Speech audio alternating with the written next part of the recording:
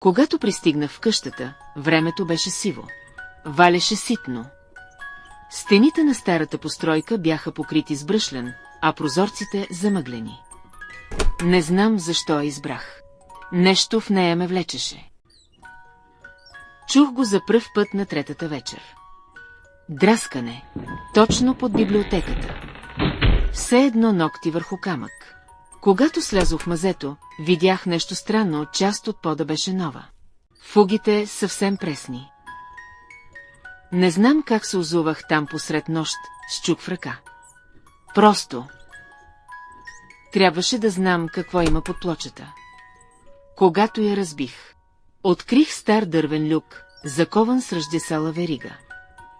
Под люка имаше каменна стая. Сух въздух. Тишина. Въгъла стар стол и огледало, черно като смола. На стената беше изписано с нещо като кръв. Не сядай. Не говори с нея. Не поглеждай. Започнах да я сънувам жената с бяла коса, но лице на дете. Дария. Тя знаеше неща, които никой не би могъл да знае.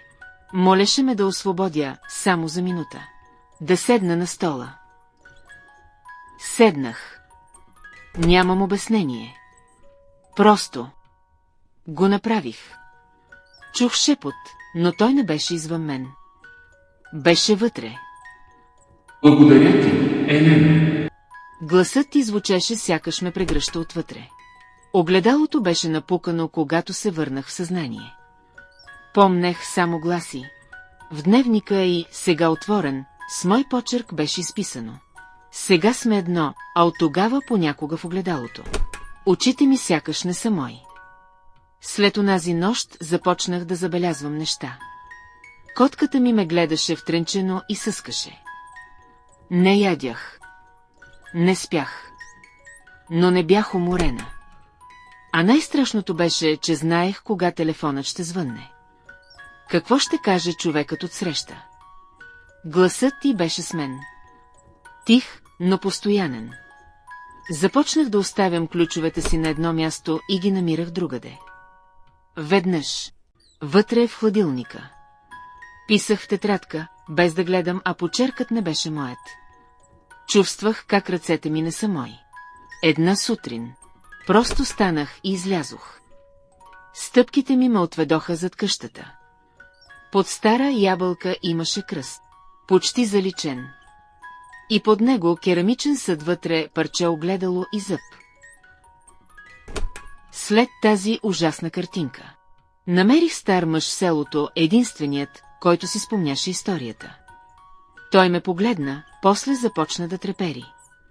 Промълви тихо, че тя си намерила друга черупка. Започна да плаче. В една нощ огледалото се активира от само себе си. Видях лицето си, но то не беше мое. Беше нейната усмивка. Ти си надолу. Ще остана. И в този момент разбрах, че не съм единствената. Започнах да сънувам същите думи. Моята кръв. На сутринта нещо ме накара да блъсна дъската зад стария шкаф. Там открих скрита ниша. В нея древна книга. С червен восъчен печат. Отворих я първото име.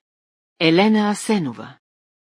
Моето, докато четях, усещах как спомените не идват от книгата, а от мен.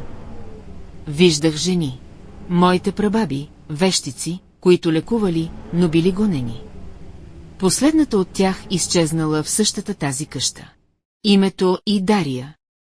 Когато чух името и от устата си, без да искам, огледалото се затресе. Сложих книгата, кръв от пръста си и думите от рода ми. Приеми забравената. Кръвта и в покой.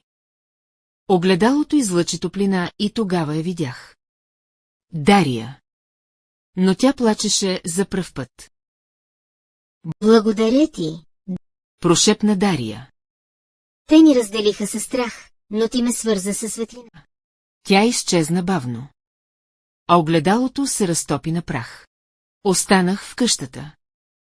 Чистих я, подредих градината. Имах чувството, че не съм сама, но вече не се страхувах. Днес отворих нова страница в моята книга. Не всичко свързано с магия е тъмно.